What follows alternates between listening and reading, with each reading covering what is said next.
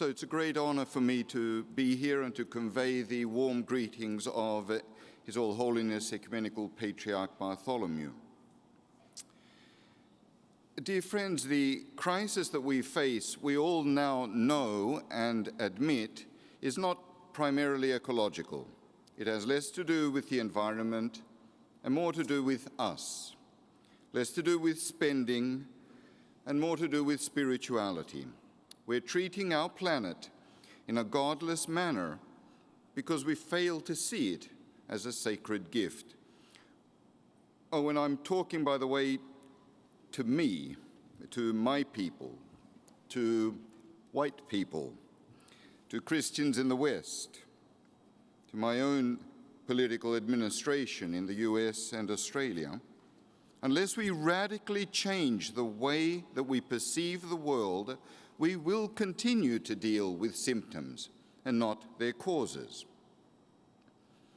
In our relationship with creation, we are called first and foremost to acknowledge and affirm our interconnectedness with the rest of the world. We've heard that time and again this morning.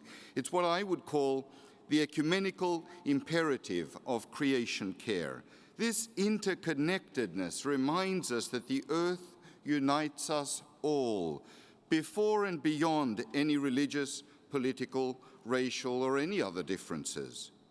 We may or may not share religious convictions, pious rituals, or ethnic cultures, but we do share the air that we breathe, the water that we drink, the ground that we tread, albeit not equally or fairly. But by some mysterious connection that we do not always recognize and sometimes actually choose to disregard, the earth reminds us of our calling to be humble and sensitive. And that's arguably our greatest hope and consolation. If we've learned something from the ecological crisis, it is that our world constitutes a seamless whole, that our problems are universally shared, that no initiative or institution, no nation or corporation, not even science or technology, as we've heard, can address this challenge alone. Any effective response calls for convergence and collaboration among religious and civil leaders, scientific and technological innovators, as well as all people of goodwill. What we desperately need is a model of cooperation, not competition.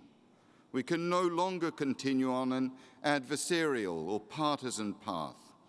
But in order to do this, we must recognize the earth not as something else, not as something other than or external to us. It is us. It is our body.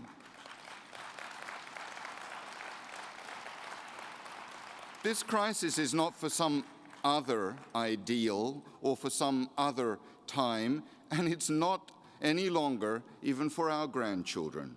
It's for us. But you see, far too often we're sure that we have the solutions to the crisis that we face without first being still to listen to the earth that we've so burdened and blemished. Again, we heard that this morning. We prefer to pursue more tangible results in alternable energy, good things, or we're satisfied simply with more sustainable growth, good things. But let's not forget that it is our actions that led us in the first place to the situation we're facing. The present ecological crisis is not just the result of bad judgment or vicious greed on the part of some. I mean, that's pretty obvious in some places. It's hard not to see that in the shameful secret of mountaintop clearing in West Virginia, for instance. But it is largely a result of sometimes respectable and often successful human effort and development. It's presumptuous to assume that we are somehow the Good Samaritans when religious believers and ideologies have long associated with highway robbers, and sometimes still do.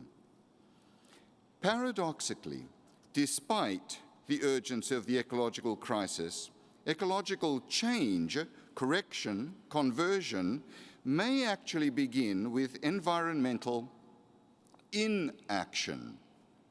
And I'm not advocating for the inaction of inertia or indifference, but I'm appealing to the discipline of silence and vigilance, a detachment that allows us to look at our world more humbly, to tread on this planet more lightly. That's precisely where the role and responsibility of religion can prove invaluable. Drained of dogmatism and fanaticism, religion can link us mysteriously to the most ancient secrets of humankind and the universe. There's a story very similar to the story just told about Hajar, a story in an early text that circulated among Christian hermits in 5th century Egypt, where the devil once approaches a monk who looked quite lazy and asks him, "What are you doing here?" And the monk replies, "I'm not doing nothing, I am keeping the place." Which reminds me of the commandment given to Adam and Eve in the Garden of Eden to keep the earth. And in fact, in every liturgy that I celebrate as a deacon, I stand in the middle of the church and I shout out every Sunday, "Let us stand in goodness. Let us stand in awe." It's almost as if God's creation is telling us, don't just do something. Stand there. Before we can act responsibly, we're called to keep and preserve, to stop and see the world differently from the perspective, as Christiana said earlier, not of what we want, but of what the world needs.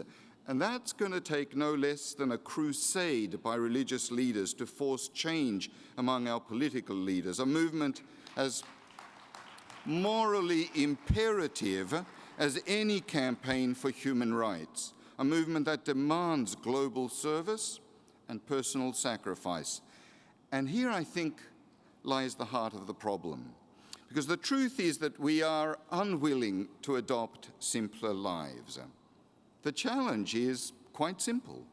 How do I live in such a way that promotes harmony and not division?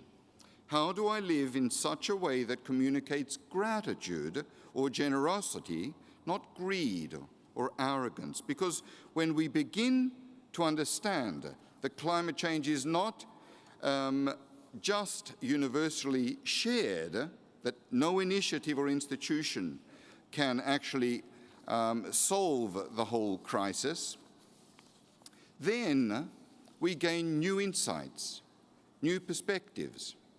Then even foreign policy looks quite different. Threats to homeland security can be met quite differently, not by shipping technology, by shipping technology and not just shipping weapons. Then even the economy looks radically different. Mystics have always taught what we now have learned all too painfully, that we're intimately and inextricably bound with our history and the destiny of the world. In my own tradition, centuries ago, one mystic spoke of the world as cosmic liturgy, a magnificent altar on which human beings worship in thanksgiving, a sacred song where the sun and moon, the trees and the birds praise God. And another mystic prayed for a merciful heart that burns with love for all creation, for humans and birds and beasts. We have to recover this spirit of inclusion, this spirituality of compassion that inspire and empower us to see the world as God would see it. And if God saw the world as very good on that sixth day of creation, then we too can sense in our world the promise of beauty and see the world in its unfathomable interrelatedness, because then we will be able to hear the grass grow and feel the seal's heartbeat. Thank you.